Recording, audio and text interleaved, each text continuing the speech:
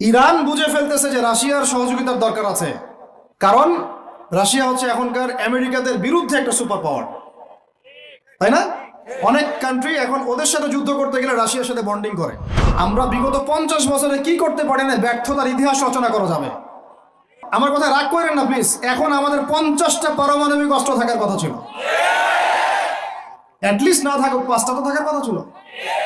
ওরা যদি আমাকে তাক করে রাখে, আমিও তাক করে রাখতাম। বেটা তুই মারলে আমি মেরে দিব, যা। ইরাকের ইউফ্রেটিস নদীর সোনার পাহাড়কে কেন্দ্র করে, ইরাকের ইউফ্রেটিস নদীর, ফোরাত নদীর সোনার পাহাড়কে কেন্দ্র করে। আর বললাম যে হোলি ল্যান্ড তারা চায়, ওই নীলনদ থেকে ফোরাত, এই পুরোটাই হোলি ল্যান্ড। নীলনদ থেকে ফোরাত পুরোটাই হোলি ল্যান্ড, ওরা পুরোটাই দখল করতে চাচ্ছে। ওরা শুধু চায় না।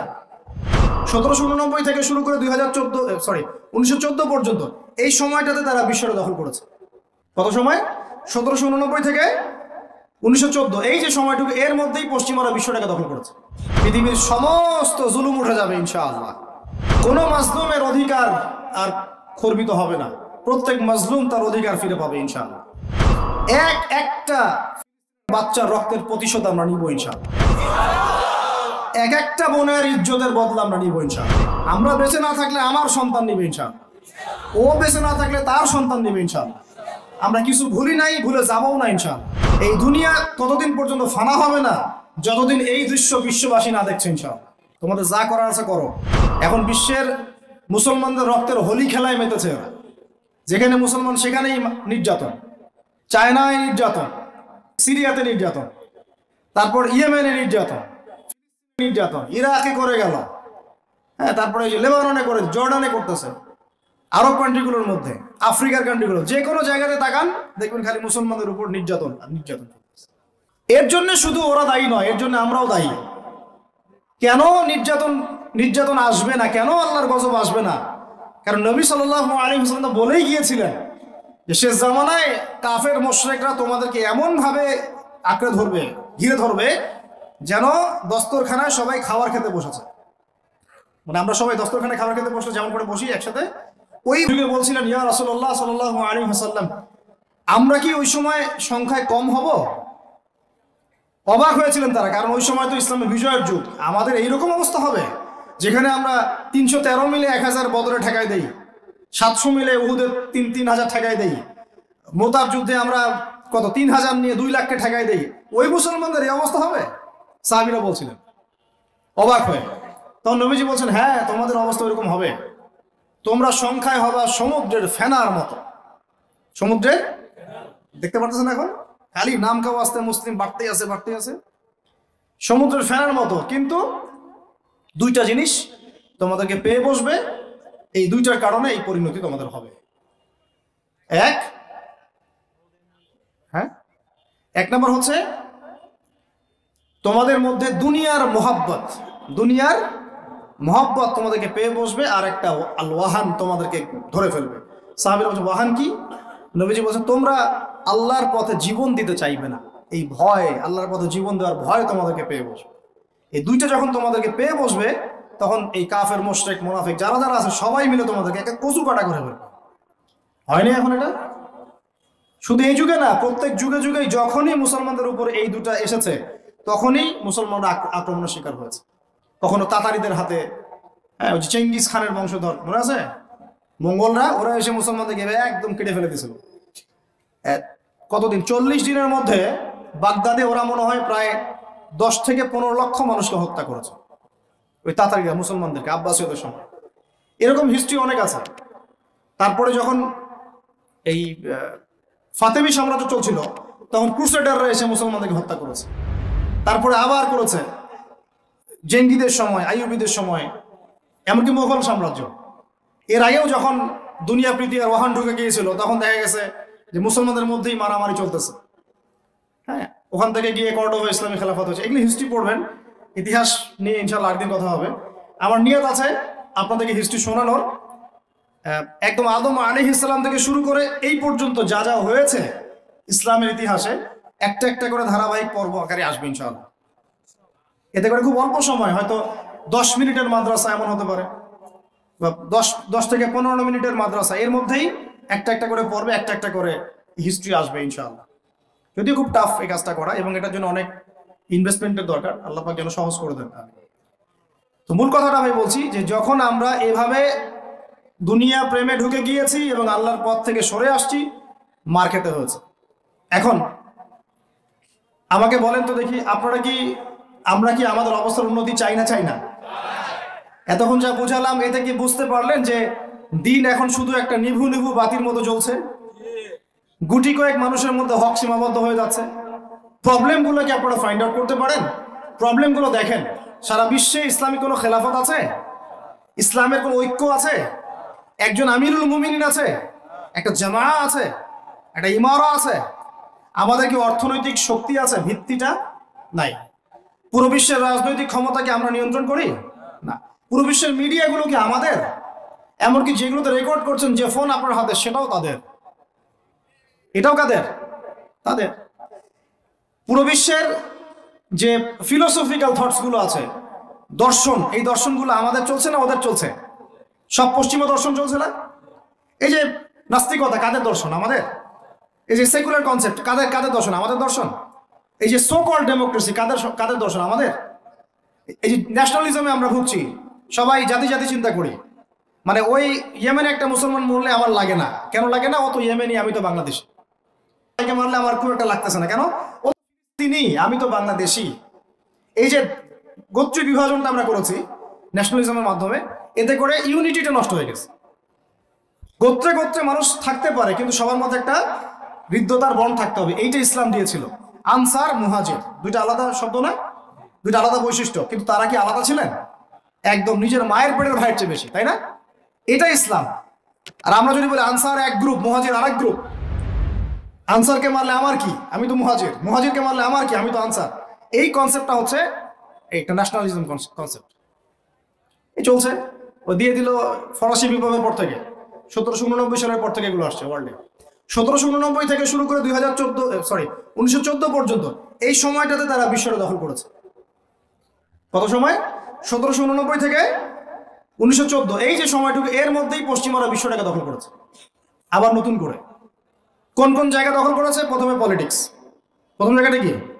পলিটিক্স। তারপরে সামরিক শক্তি, ওদের মানে এক্সট্রাঅর্ডিনারি সামরিক শক্তি তারা বিশ্বকে দেখিয়েছে। আপনি যত কথা বলেন, একদম পারমাণবিক বোম রেখে দিব তাক করে, আর বেটা তুই কথা বলতে পারবি না, এরকম একটা অবস্থা। বিশ্বাস করেন ব্যাপারটা এরকম। পুরো জাতি নিয়ে আপনি একটা ঐক্যবদ্ধ শক্তি করতে চান, একটা মিসাইল, পারমাণবিক মিসাইল এরকম রেখে দিবে, এই বাড়াবাড়ি করো না বেশি, একদম দিব লঞ্চ করে, বাস আপনি চুপ, একদম চুপ। কারণ ওইটা প্রতিহত করার তো আমার কাছে ওই নাই, ক্ষেপণাস্ত্র প্রতিরক্ষা সিস্টেম তো নাই। এখন আমি যদি বলি, আমার কথা কি মন খারাপ করবেন? আমি যদি বলি যে বিগত 50 বছরে আমাদের দেশ স্বাধীন হয়েছে কবে বলেন? 71, এখন কত?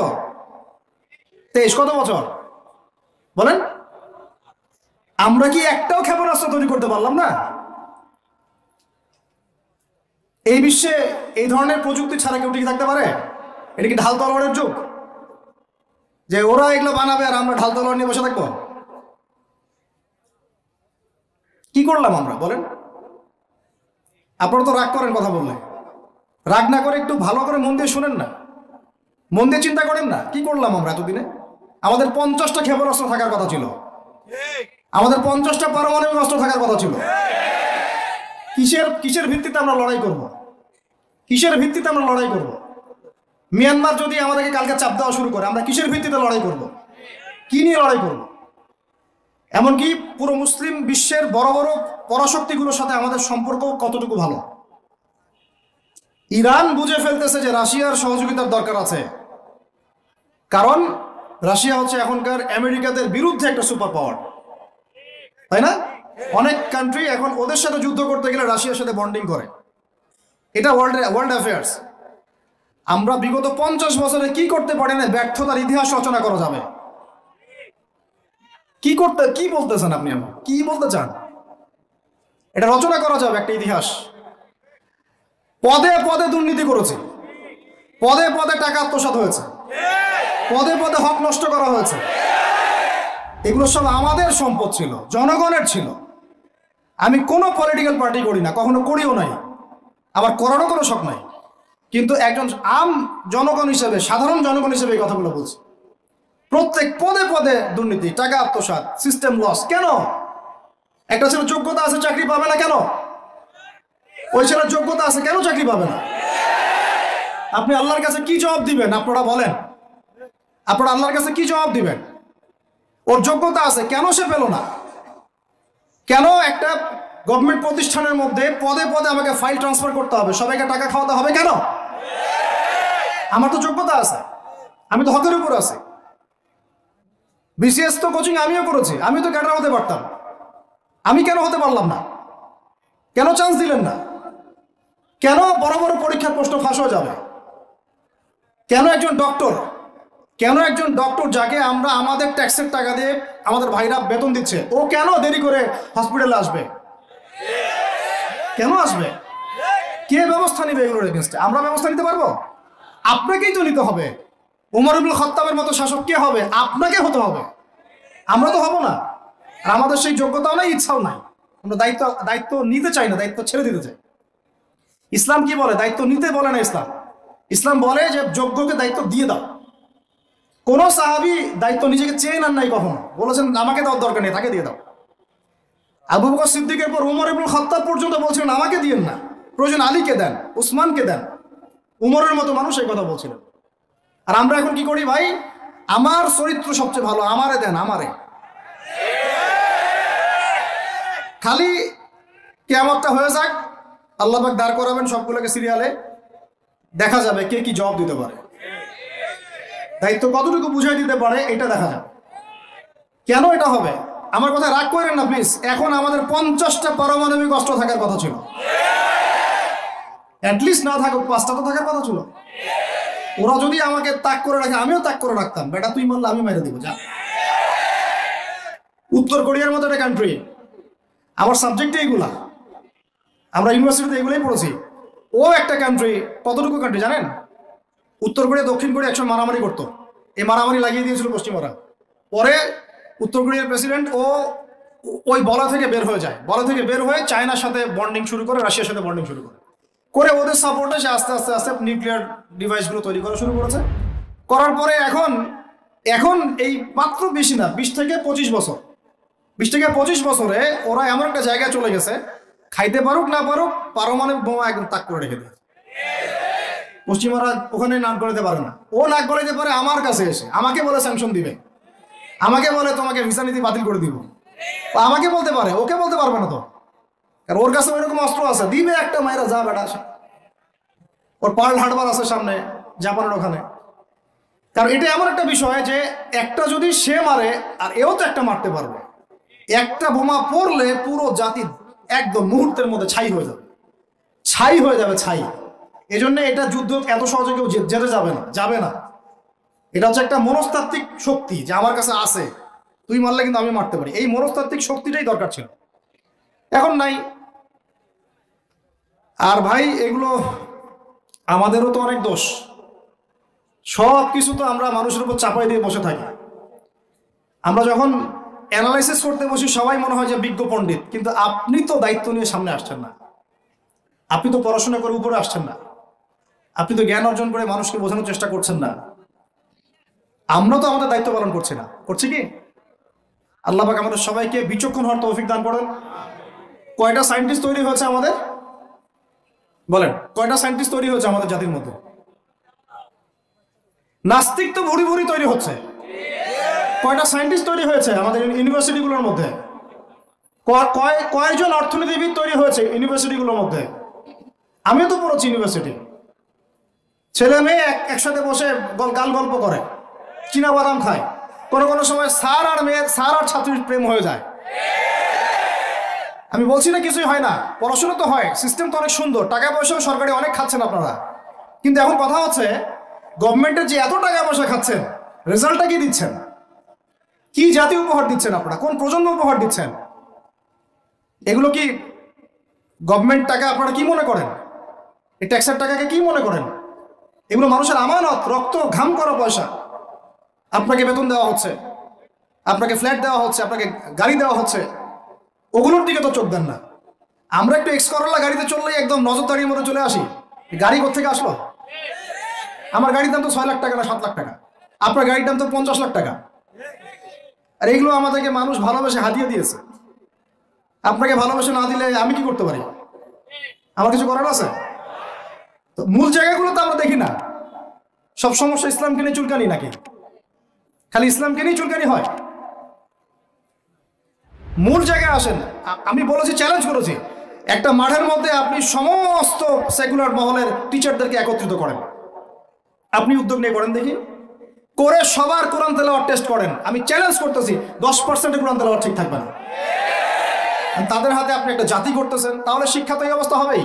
বাংলা তো আপনাকে শিখাবে, আর কি শিখাবে?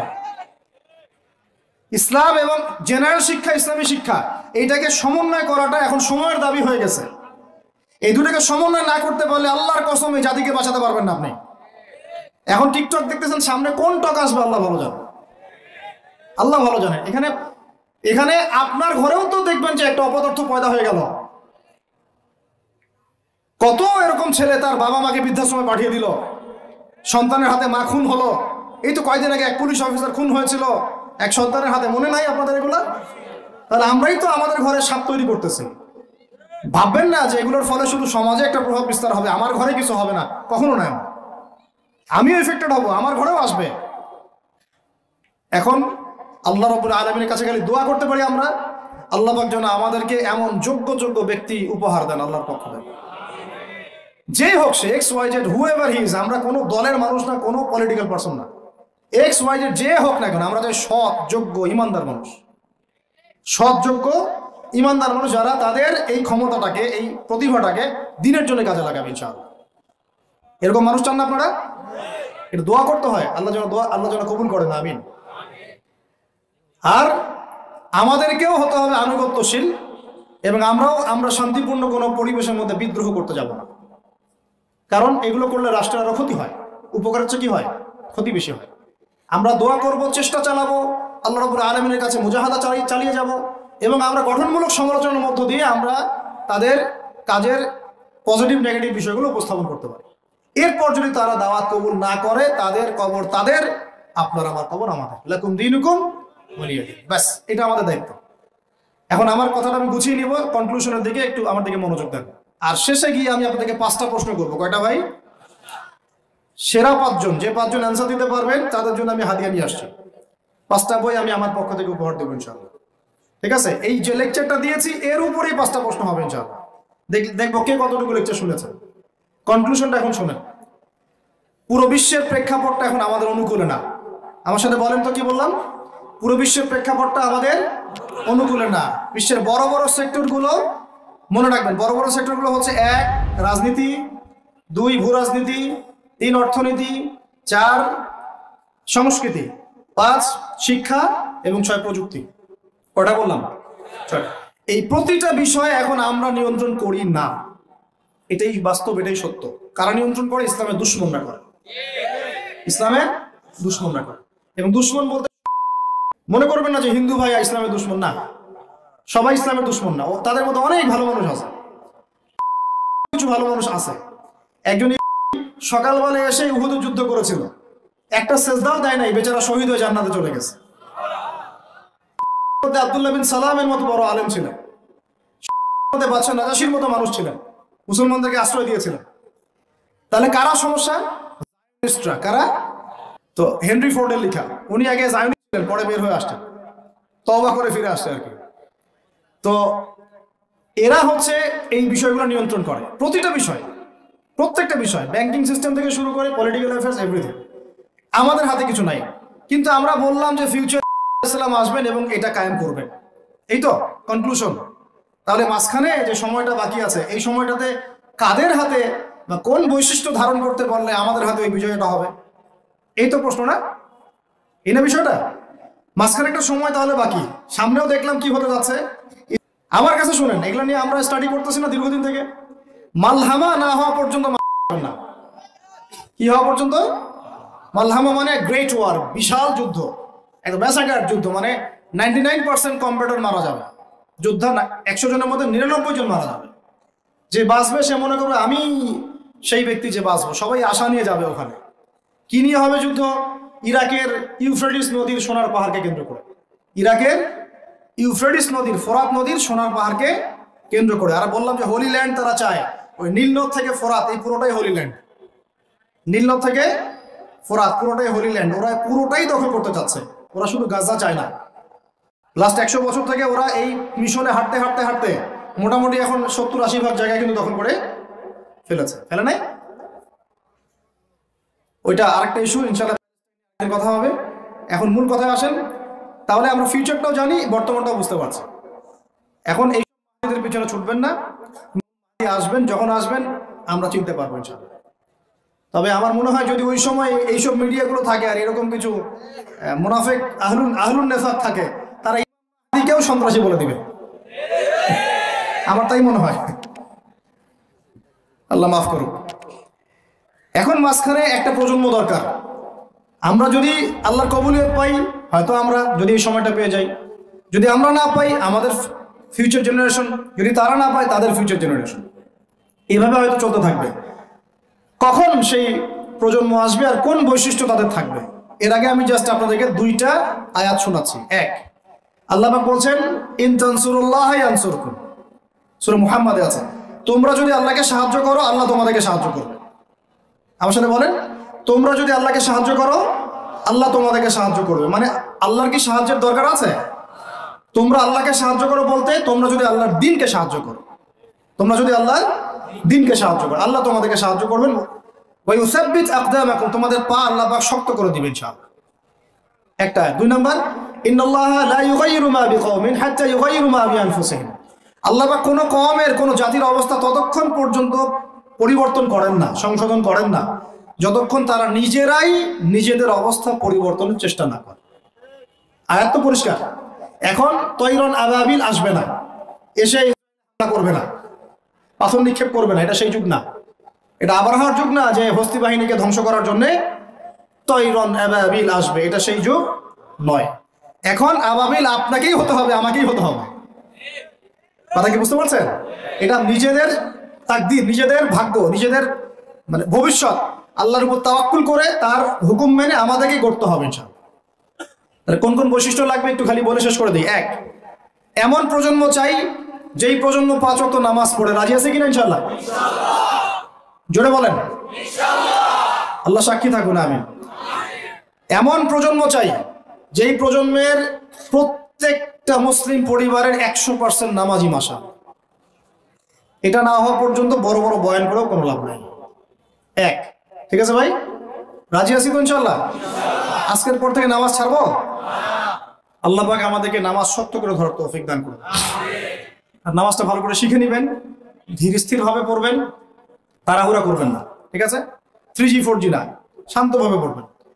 2, আমরা এমন প্রজন্ম চাই যেই প্রজন্মের 100% মুসলমান কোরআন তেলাওয়াত করতে পারে। রাজি আছি কিনা ইনশাআল্লাহ? আগামী বছর ওয়াজ করতে আসার আগেই আপনাদের সবার কোরআন তেলাওয়াত সহি চাই ইনশাআল্লাহ। রাজি আছেন ইনশাআল্লাহ? আল্লাহকে কথা দেন, রাজি আছেন? অবশ্যই অবশ্যই কোরআন তেলাওয়াত শিখতেই হবে। যেমনি পারেন, যেভাবে পারেন, যত টাকা লাগুক, যার কাছে যেতে হয় হোক, যত দূরে সফর করতে হয় হোক, আপনার দায়িত্ব এটা, আমার দায়িত্ব না, হুজুরের দায়িত্ব না, এটা আপনার দায়িত্ব। আপনি কিভাবে শিখবেন আপনার ফিকির। 3 নাম্বার, আমরা এমন প্রজন্ম চাই যেই প্রজন্ম ভিতরে বাহিরে সুন্নতের অনুসারী। রাজি আছি ইনশাআল্লাহ? সবার চেহারা দাঁড়িয়ে থাকবে ইনশাআল্লাহ, সবার সুন্নতি লেবাস থাকবে ইনশাআল্লাহ, সুন্নতের আমল থাকবে ইনশাআল্লাহ। সুন্নতের জিন্দেগি বই পাওয়া যায়, কিনবেন, প্রত্যেকটা কাজের সুন্নত দেখে নেবেন, ঠিক আছে ভাই? প্রত্যেকটা কাজের সুন্নত আমল করার চেষ্টা করবো, আল্লাহ পাক তৌফিক দান করুন, আমিন। শেষ করে দিচ্ছি, মনোযোগ ধরে রাখেন, আর 5 মিনিট। 4 নাম্বার, এমন প্রজন্ম চাই যেই প্রজন্ম কোশ্চিনকালেও হারাম খাবে না। রাজি আছি ইনশাআল্লাহ? হারাম খাবো? সুদ খাবো? ঘুষ খাবো? দুর্নীতি করব? মানুষের সম্পদ আত্মসাৎ করব? অন্যায়ভাবে আমরা মানুষকে ঠকাবো? আল্লাহ পাক আমাদেরকে বোঝার তৌফিক দান করুন, আমিন। 5, এমন পরিবার চাই যেই পরিবার হবে পুরোপুরি ইসলামিক পরিবার। রাজি আছেন ইনশাআল্লাহ? আল্লাহ কবুল করুন, আমিন। এই জায়গাতে গিয়ে আপনাদেরকে একটা নসিহত করি যুবকদেরকে, বেশিরভাগই তো অবিবাহিত নাকি? কি দুঃখ, কি কষ্ট। একটা কাজ করবেন, আগে একটা ছোটখাটো হালাল রিজিকের ব্যবস্থা করবেন। তারপরে তারপরে বিয়ে শাদী।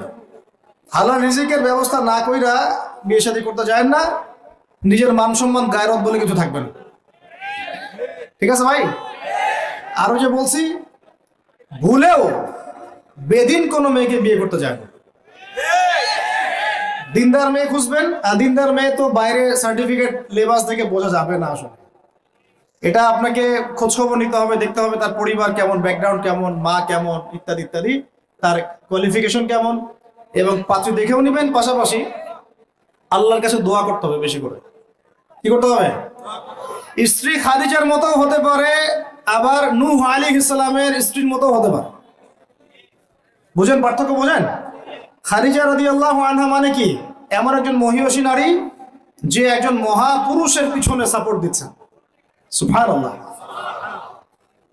কি সাপোর্টটা দিয়েছেন দেন নাই নবী সাল্লাল্লাহু আলাইহি ওয়াসাল্লামকে পুরো নবুয়তের জীবনে। এটাও হতে পারে তাকদিরে। আবার নূহ আলাইহিস সালামের স্ত্রী, মনে আছে? লূত আলাইহিস সালামের স্ত্রী, তারা দুজন নবী, তারা দুজন জান্নাতি, তাদের স্ত্রীরা হবে জাহান্নামী। বলেন নাউজুবিল্লাহ। তো এই জন্য তাকদির কার হাতে? বাস আল্লাহর কাছেই বারবার ইস্তেখারা করে করে করে চেয়ে নিতে হবে, আল্লাহ আমাকে এমন একজন নেককার স্ত্রী দান করুন যিনি আমাকে আপনার পথে চলতে সাপোর্টিং হ্যান্ড হবে, আমাকে পিছন থেকে বুস্ট আপ করবে ইনশাআল্লাহ। আচ্ছা, ইনশাআল্লাহ ফ্যামিলি নিয়ে বিয়ে শাদী নিয়ে আরেকদিন ওয়াজ হবে ইনশাআল্লাহ। 5 কয়টা বলছি ভাই? 5টা না 6টা? 5টা। 6 নাম্বার, যে বাচ্চা কাচ্চা আছে আমাদের, ভাই বোন, ছোট ছোট ছোট বাচ্চা কাচ্চা যেগুলো, এক একজনকে এক একজন মর্দে মুজাহিদ হিসেবে তৈরি করবে। জি ইনশাআল্লাহ। তাহলে ওদেরকে আমরা পড়াশোনা করাবো কি? কি পড়াশোনা করবো? হ্যাঁ, কি পড়াবেন? হামটি টামটি নাকি Jack and Jill, went up the hill, twinkle twinkle? কি পড়াবেন? কচি মাথাটাকে তো সবাই নষ্ট করে ফেলতেছেন। বাচ্চা কাচ্চাদেরকে ইসলামিক মূল্যবোধ দিয়ে বড় করেন। প্লিজ ভাই বসেন একটু, এগুলো করেন না, শেষ করতে দেন, পরিবেশটা বজায় রাখেন। আর 4টা পয়েন্ট, কয়টা বলছি? 6টা বলছি না? 7 নম্বর হচ্ছে, আল্লাহ পাক আমাদেরকে প্রতিভা দিয়েছেন না সবাইকে। কেউ লিখতে পারে, কেউ বলতে পারে, কেউ ব্যবসা ভালো বোঝে, কেউ ইন্টারনেট সেকশন ভালো বোঝে, এরকম আছে না? আল্লাহ পাক আপনাকে যা দিয়েছেন ওইটাকেই দিনের জন্য কাজে লাগাবেন। রাজি আছেন? 8 নাম্বার, আমাদের প্রত্যেক পরিবারের মা বোনদেরকে খাস পর্দা রাখতে হবে। নাস্তিকরা কি বলে বলুক, সেগুলোটা কি বলে বলুক, ইউনিভার্সিটি টিচার কি বলে বলুক, নেকাব খুলতে বাধ্য করে কি করে করুক, আপনি আপনার পরিবারকে পর্দা রাখবেন। যদি ওদিকে দেখেন যে কোনোভাবেই কাজ হচ্ছে না, ওই জগৎ ছেড়ে দিয়ে বাসায় চলে আসে, দরকার নেই, দরকার নেই পড়াশোনা। আমি আমার মেয়েকে মাদ্রাসায় পড়াবো, দরকার নেই আমার ওই পড়াশোনা। ঠিক আছে? প্রয়োজনে নিজে প্রতিষ্ঠান করে আপনার সন্তানকে পড়াবেন। আপনার সামর্থ্য আছে, নিজে প্রতিষ্ঠান করেন, করে সন্তানকে পড়াশোনা করেন ইনশাআল্লাহ। আগে কি প্রতিষ্ঠান ছিল নাকি? যে যুগটা সোনালী যুগ, ওই যুগে কোনো শিক্ষা প্রতিষ্ঠানই ছিল না। মানুষ ওস্তাদের কাছে ম্যান টু ম্যান পড়তো। একজনের কাছে কোরআন, একজনের কাছে হাদিস, একজনের কাছে উসুল, একজনের কাছে আরবি, এভাবে পড়তো মানুষ। ওরা মানুষ হয় না? তো এখন পরিবেশ গড়ে তোলার ফিকির করব, যদি না পারি আমার সন্তানকে আমি ইসলামিক লাইনে পড়াবো ইনশাআল্লাহ। সামর্থ্য থাকলে নতুন নতুন প্রতিষ্ঠান গড়ে তুলবো ইনশাআল্লাহ। আল্লাহ পাক তৌফিক দান করুন। কয়টা বললাম? 8টা? 8টা না 9টা? 8টা। 9 নাম্বার হচ্ছে, আমরা সবাই মিলে সৎ কাজে আদেশ করব, অসৎ কাজে নিষেধ করব। একজনের দায়িত্ব না। আচ্ছা, এই উম্মতের দায়িত্ব আমার উপরে? এই উম্মতের দায়িত্ব আব্দুল মালিক সাহেবের উপরে? এই উম্মতের দায়িত্ব কি আল্লামা তৌকির উসমানী সাহেবের উপরে? কার উপর দায়িত্ব বলেন তো? সবার দায়িত্ব আছে না? সবাই মিলে এই যে আমর বিল মারুফ এবং নাহি আনিল মুনকারের কাজ করবো ইনশাআল্লাহ। আল্লাহর রাস্তায় সময় দিবেন, দাওয়াতের মেহনত করবেন, তাবলীগের মেহনত করবেন ইনশাআল্লাহ। আল্লাহ কবুল করুন, আমিন। আর 10 নম্বর হচ্ছে, আমরা উম্মতের মধ্যে কোনো বিভক্তি সৃষ্টি করব না। উম্মতের মধ্যে কোনো বিভক্তি সৃষ্টি করব না। এমনিতেই 73 দলে নয়, 73,000 দলে আমরা বিভক্ত হয়ে গেছি। আর ভাই আল্লাহর রাস্তায় বাড়াইতে যাবেন না, ইস্যু পাগল হবেন না, মূল জায়গায় থাকবেন, উলামায়ে কেরামের সোহবতে থাকবেন, উলামায়ে কেরামের সাথে সম্পর্ক থাকবেন, কমপক্ষে একজন ওস্তাদ আলেম শাইখকে ধরে থাকবেন, অন্তত একজন। আর যদি অনেক থাকে তাহলে আলহামদুলিল্লাহ। উম্মার মধ্যে বিভক্তি সৃষ্টি করবেন না, ফাটল বাড়াবেন না, ঐক্যবদ্ধ করতে পারেন না পারেন, বিভক্তি উস্কে দিবেন না, বরং যার যার মধ্যে ভালো যতটুকু আছে নিয়ে নিবেন, খারাপটা আপনি ছেড়ে দিবেন। সবাই সব কাজ করবে না। আপনার আমার বড় বড় লেভেলে সমালোচনা করার যোগ্যতা হয়নি। আপনি চুপ থাকবেন। তারা তাদের মধ্যে কি করছে না করছে এটা আপনার দেখতে হবে না। সবাইকেই স্ট্যাটাস দিতে হবে না, সবাইকেই লিখতে হবে না, সবাইকেই বলতে হবে না। যারা বিজ্ঞ বরেণ্য এই বিষয়ে যাদের জ্ঞান আছে তারা বুঝবে উম্মার জন্য কিভাবে আগাতে হবে। আল্লাহ পাক আমাদের সবাইকে এইরকম জামা করে দিন, এরকম ইমারা দান করেন, আমিরুল মুমিনিন দান করেন। আল্লাহ পাক আমাদের সবার মধ্যে যে ভুল বোঝাবুঝি এগুলো দূর করে দেন। আমরা দোয়া করবো আল্লাহ পাক আমাদের প্রত্যেক রাজনৈতিক নেতা, প্রশাসনের ব্যক্তিবর্গ, অর্থনৈতিক নেতা, সাধারণ মানুষ, নারী, শিশু, আবাল বৃদ্ধ যারা আছে সবাইকে আল্লাহ পাক হেদায়েত দান করেন, সবাইকে আল্লাহ কবুল করেন, সবাইকে আল্লাহ পাক যেন ইসলাম বোঝার তৌফিক দান করেন, সবাই মিলে একটা ঐক্যবদ্ধ শক্তিশালী জাতি গঠনের তৌফিক দান করেন, যার 50টা মিসাইল থাকবে ইনশাআল্লাহ। ঠিক আছে, তারপরে দেখবো ইনশাআল্লাহ খেলা হবে, তারপরে কি হবে? আসল আসল ওইটাই হচ্ছে আসল। তারপরে আল্লাহ পাক যেন আমাদের সবার মধ্যে দ্বীনি ইলম অর্জনের তামান্না দান করেন, সবাইকে আল্লাহ পাক কোরআন শেখার তৌফিক দান করেন, হাদিসের উপর আমল করার তৌফিক দান করেন, সুন্নতি জীবন গড়ার তৌফিক দান করেন।